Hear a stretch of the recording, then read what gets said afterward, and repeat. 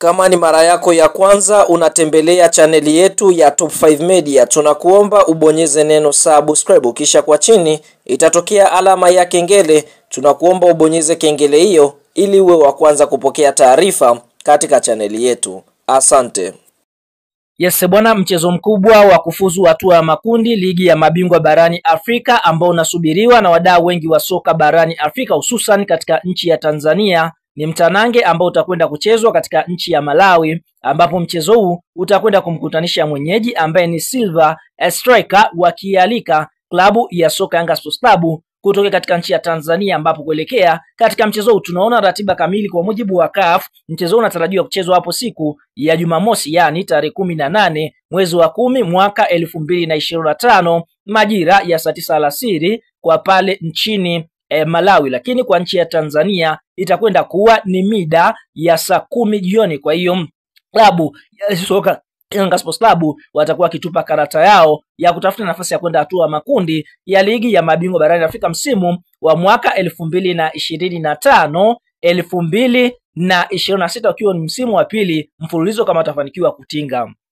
Sasa kuelekea katika mchezo huu tunaona katika zile mechi za first preliminary round, basi kwa upande mwingine unaona klabu ya soka Yanga Sports Club wao walikutana na Wydad Benguela ya pale nchini Angola, ambapo mchezo wa kwanza walishinda mabao 3-0. Mchezo wa pili ambao ulichezwa jijini Dar es Salaam, klabu ya soka Yanga Sports Club waliweza kufanikiwa kuibuka na ushindi wa mabao 2-0. Kwa hiyo tunaona klabu ya soka Yanga kaweza kufuzu hatua ya kwenda kucheza na klabu ya soka ya Silver Strikers kwa kushinda mabao 5-0. Lakini safari ya klabu ya Silver Strikers wao walicheza dhidi ya Algo Plus, ambapo klabu hii Algo Plus ni klabu ambayo inatokea katika nchi ya Madagascar. Mchezo wa kwanza ugenini walitoa sare ya bao 1-1, nyumbani sare ya 0-0. Kwa hiyo wakaweza kuqualify kwa bao la ugenini. Kwa hiyo tunaona nao pia ndio maana wakaenda kupangiwa kukutana na klabu ya soka ya Yanga Sports Club.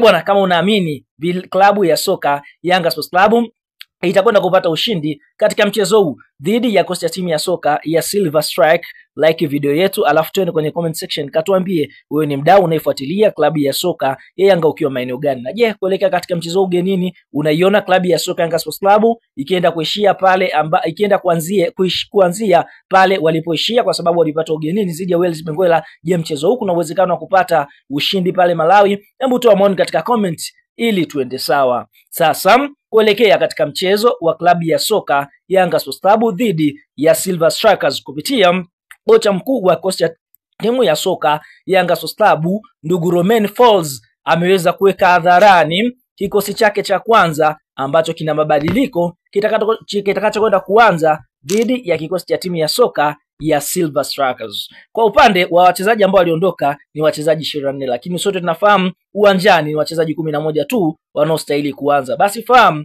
golini atakwenda kuanza golikipa Djigui Diarra, screen protector. Eneo la fullback namba 2 anatarajia kuanza Isra Patrick Mwenda, huku fullback namba 3 akienda kuanza Shadrack Isaka Boka. Eneo la center back namba 4 hapa atakwenda kuanza Dickson Job the Shark Big Ben defender, huku center back namba 5 akienda kuanza mchezaji anayofahamika kwa jina la Ibrahim Hamadi Baka.